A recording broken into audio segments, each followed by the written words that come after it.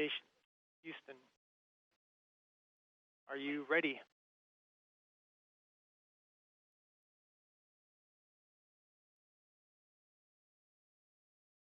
Houston Station, we're ready for the event.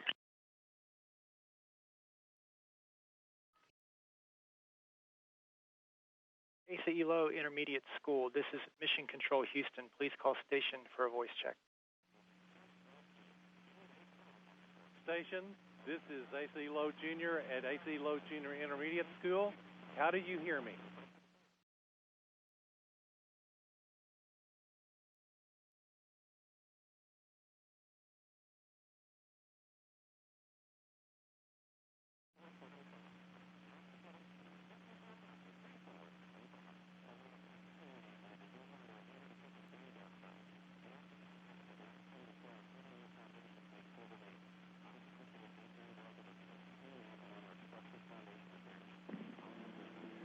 Station, this is Asa Elo Jr. at Asa Elo Jr. Intermediate School. How do you hear me?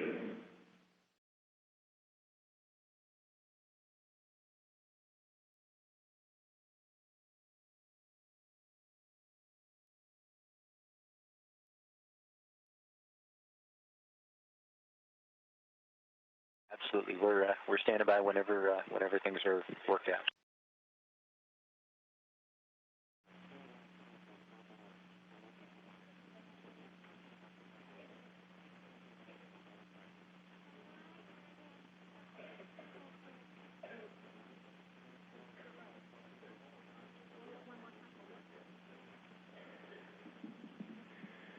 Station, this is Asa Elo Jr. at Asa Elo Jr. Intermediate School. How do you hear me? We've got you loud and clear. Welcome aboard the International Space Station.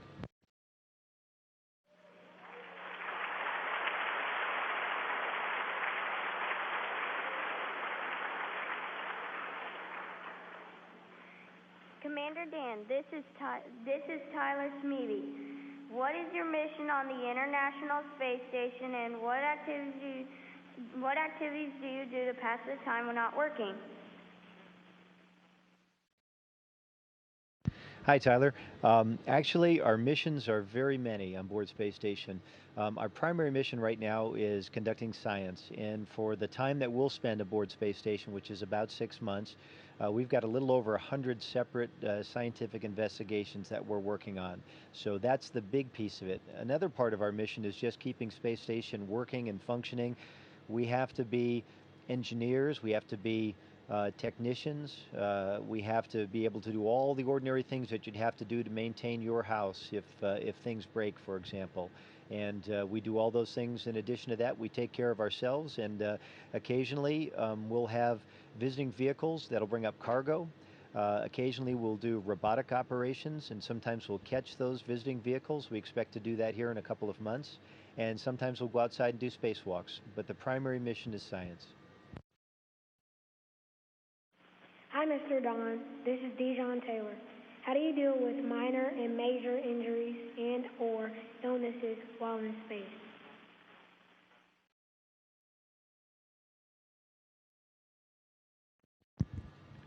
So far, we haven't had any major injuries in space, so we haven't had to deal with that. Minor injuries, like, if you could put a Band-Aid on it, you just put a Band-Aid on just like you do on the ground. We do practice, we do simulate what would happen if we were to have a major injury, and we've got medical equipment up here, sort of like what an emergency medical person would have, that we could do any number of medical procedures with help from doctors on the ground that we have in communication with. So we practice that every so often. Commander Dan, this is Lauren Knight. How do you keep in contact with NASA and family members, and have you ever lost contact with Mission Control? Okay, great question. It's really important for us to be able to talk to the people that help us fly the International Space Station. So we've got controllers that work at NASA in the United States, but we've got controllers that also work all over the world in various control centers, including in Europe, including in Russia, Japan, and we've got other support centers all around, including in Canada as well. And we've got great communication channels with them. We can talk to them almost 95% of the time, pretty much any time we'd like. And we do that using satellites that are much higher than International Space Station. And we basically ricochet our signal from space station to those satellites and then down to the ground and then to networks all around the world. We talk to our families sometimes as many times as a couple times a day, and we do it much like you would at home, almost like a cell phone, but we do that across a computer screen basically, and that's how we do that. But we've got really good communication capability on board. Mr. Don, this is Diamond Spencer. How is the International Space Station protected from space debris? And can you feel when the debris hits the station?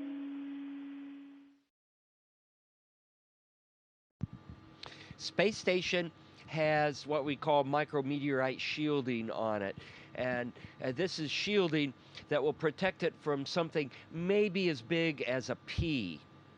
But if it gets any bigger than that, we don't have any kind of shielding capable of protecting Space Station from larger objects like that. So small stuff, we're okay. The big stuff, we just are taking our chances with the universe. Commander Dan, this is Melanie Castellanos. What is your most and least favorite part of being on the ISS?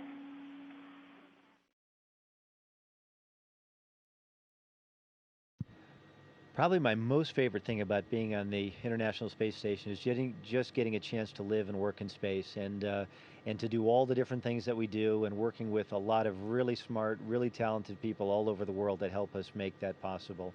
And every day is different. The variety of the things we do, whether it's science, whether it's maintaining space station, whether it's doing observations of planet Earth from here, or whether it's doing spacewalks, things like that. All the things we do, every single day is different. Every single day is exciting. That's my most favorite aspect of being here. Probably my least favorite aspect is the fact that you have to be away from your family for as long as you do. But thankfully, we get to talk to them. We get to actually see them on a computer screen at least once a week, in addition to talking to them whenever we can. So you feel like you're a lot more connected to your family than you otherwise would be, and you feel like you're a lot more connected to your family than many years ago than astronauts and cosmonauts used to be. So that part of it helps, but that's still the toughest part, I think, about being here. Mr. Don, this is Alexis Facundo. Can you take personal items or electronics into space? And if yes, what did you bring? You can take personal items into space. We're allowed a small bag, maybe about the size of a grocery shopping bag, of personal items that we can take into space. And some things are prohibited. We can't take electronic items into space. But all the items that we do take have to go through a safety review. For myself, I took a number of little things that I could use for science demonstrations. And for example, I brought some knitting needles with me. And it's not because I like to knit. I don't even know how to knit. But the knitting needles have some really neat characteristics. If you rub them with a piece of cloth, you can develop a small static charge, and you can do some static electric science demonstrations. So that's an example of something that I decided to bring in my personal kit. Commander Dan, this is Andrew Davies. Did you always want to be an astronaut, and what kind of training did you have to do to be an astronaut? Yeah, Andrew, I can't say honestly that I always wanted to be an astronaut, and that's because when I was young, when I was your age, it never occurred to me that this was something that I could do. And I was always interested in the space program and always read as much as I could about it ever since I was a kid, all the way up until my adult life. And it wasn't until I was a pilot and an engineer in the Coast Guard that I thought about applying to NASA to become an astronaut. And the things that you do the things that you learn, that you train on to become an astronaut are really cool. All of us come from very different backgrounds. We've got pilots, we've got engineers, we've got physicians, we even have veterinarians, we have teachers, we have people from all different kinds of backgrounds, but all of us have one common aspect, and that is we're all explorers at heart. Now, with that said, we still all have to learn all the basic skills that you need to have to be able to do the very different kind of strange sort of things you do on a space flight. So one of the first things we do when we go to NASA is we learn how to fly airplanes. We learn about meteorology, geology, oceanography. We learn about physics. We learn about astronomy. We learn about a whole host of different things that many of us might have been experts in before we came to NASA, but none of us know all those things. So it basically gives us a good background on all the kind of science that we do on board Space Station. And we learn how to be engineers. We learn how to be medical officers too. Don was talking about what would we do if we had a medical problem on station. We all learn a little bit about how to take care of each other. And we spent a lot of time in a great big pool practicing spacewalks at the Johnson Space Center, one of my favorite places. I think all of us love that. And it's the one place, the unique place that we can go and experience what it's like to be weightless in space. And we wear spacesuits just like we'd wear outside a space station underwater. And we practice building space station there.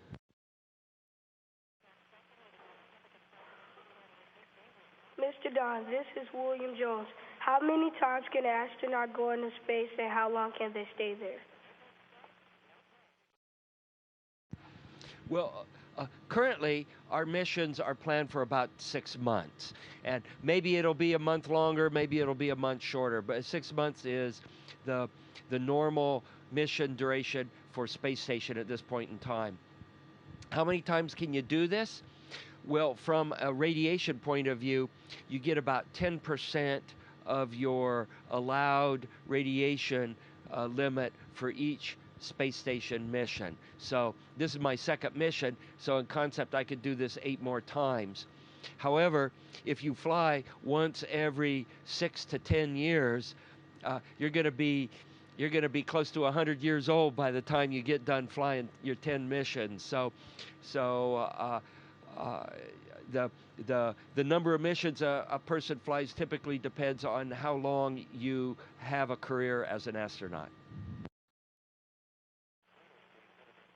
Commander Dan, this is Sarah Hale.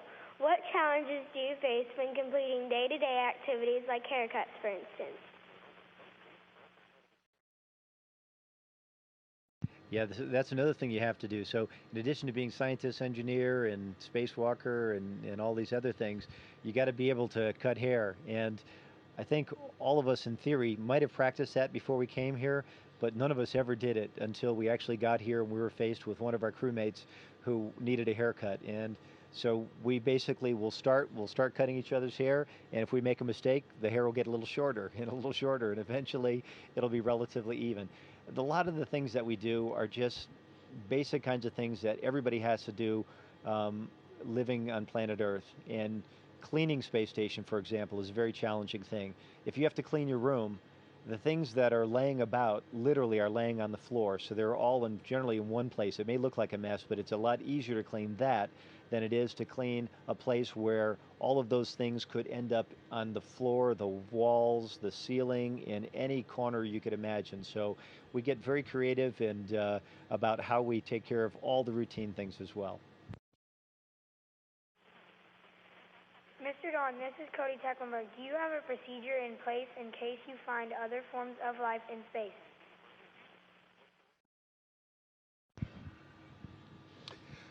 Nobody is really anticipating finding other forms of life, like extraterrestrial forms of life in space at this point in time.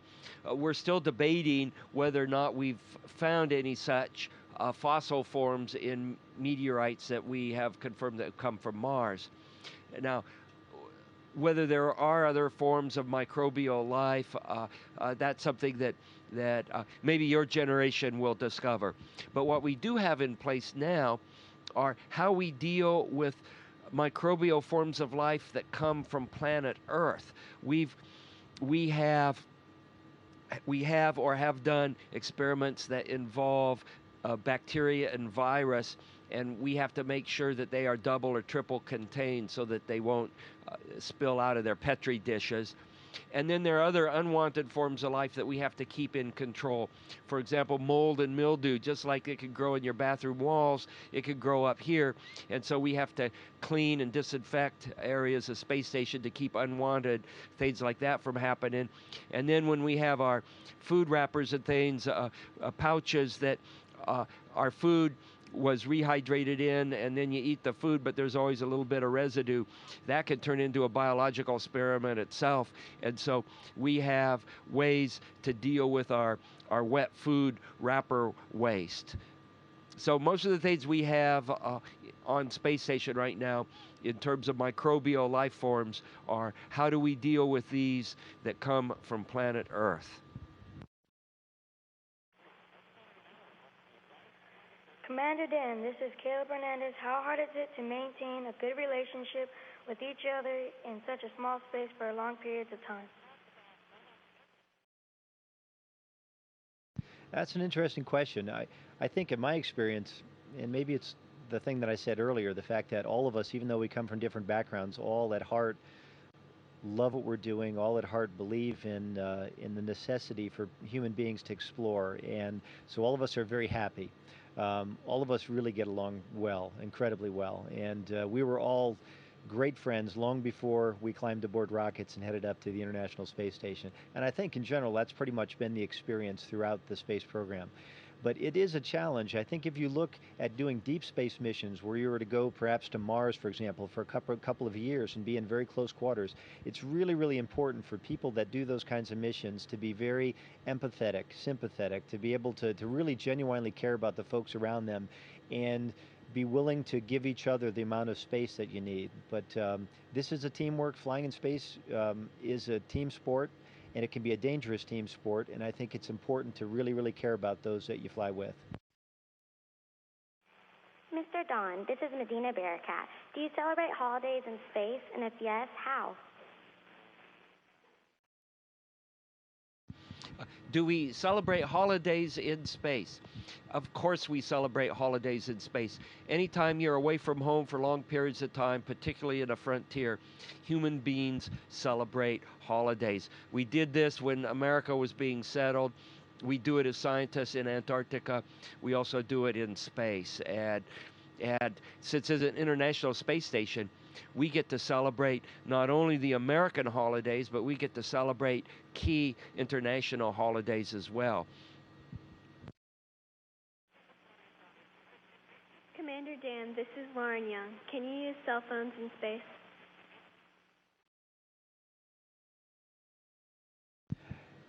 Well, I guess you really can't use cell phones. Cell phones rely on radio towers that are on planet Earth, and at any given time from the space station, we can see an area of planet Earth that covers thousands and thousands of miles from horizon to horizon. You could probably see 1,000, maybe 10,000 cell towers in that area. So for a lot of technical reasons, we don't use cell phones. The communication systems we have on board station are specifically designed for station and use satellites and relay links that connect to ground stations. And the communications for us would be almost like, it would feel a little bit like using cell phones. You can call friends and family when you have the time, and you can do that through your laptop computer, and it's very similar to using cell phones, but we can't use real cell phones. Mr. Don, this is Jaquelius Coleman. Why is going to space necessary, and what has been the biggest discovery?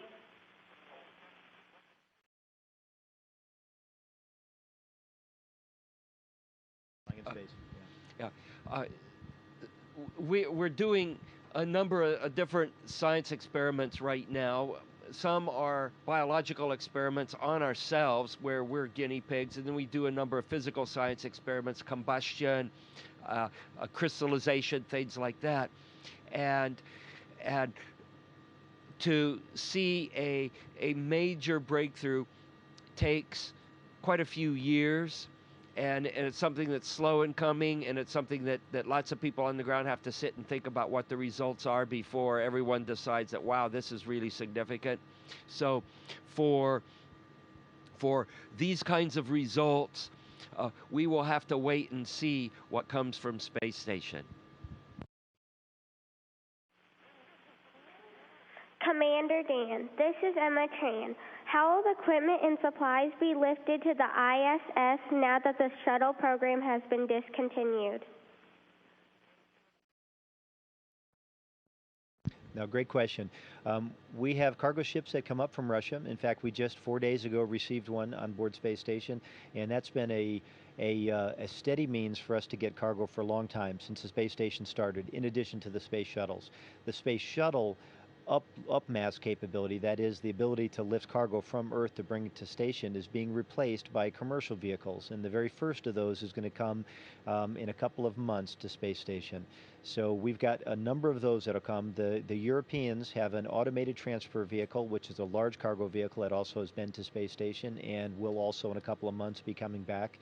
And the Japanese have one as well, the HTV, or Hope Transfer Vehicle. So we've got lots of ways to get cargo to station. We don't have very many ways to get cargo from space station. Right now, if we want to bring something back to planet Earth, we're limited to the relatively small volume we have in the capsule, the spacecraft that we're going to ourselves ride back to planet Earth when it's time to return. And we very much need, I think we very much would like to have a capability of soft landing large amounts of cargo. And the cargo could be equipment that we want to repair, but it could also be a lot of the science samples that we have on board Space Station. And the vehicle that's going to come up here in a couple of months from Space Exploration Technologies, that vehicle should have the capability of returning cargo from Space Station, something that the shuttle up till now has been exclusively capable of doing. Hi, Mr. Don. This is Patrick Wickstrom. Do you sweat in space? If yes, does it float? Do we sweat in space? Of course we sweat in space. When we do our exercise, particularly our cardiovascular exercise, you get covered in sweat, and on your head, the sweat doesn't run down like it does in Earth. It just kind of beads up in little sweat balls stuck in your forehead and on your hair. And then if you move your head quickly like that, all these little sweat balls just fly off of your head and go scattering everywhere around where you happen to be. And so you learn after a while, when you're all covered with these sweat balls, not to shake your head quickly, and you get a towel or something and you dry yourself off a little bit before you do a sudden move.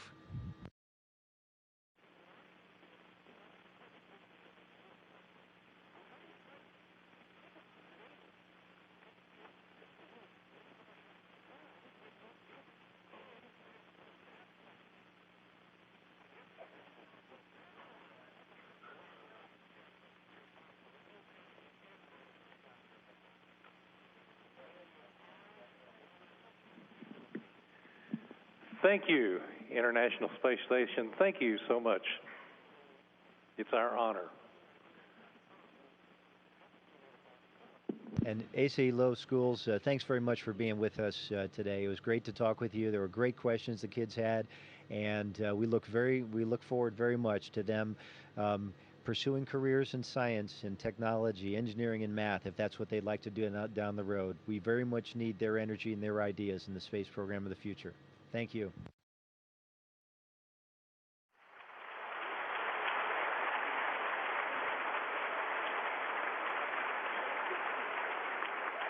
Station, this is Houston ACR. That concludes the event. Thank you. Thank you, ACE Low Intermediate School. Station, we are now resuming operational comm.